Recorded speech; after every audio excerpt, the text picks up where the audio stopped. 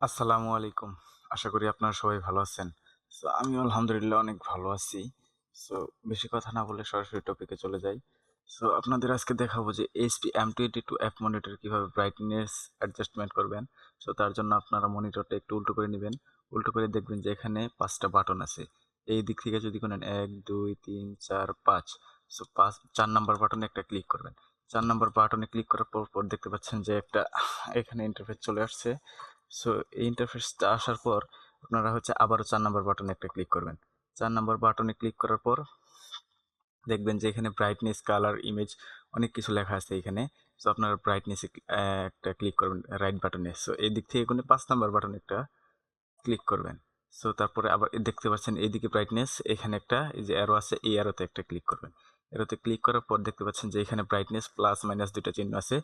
প্লাসের বরাবর নিচে যে বাটনটা আছে ৩ নম্বর বাটন, এই বাটনে ক্লিক করবেন, ব্রাইটনেস বাড়বে।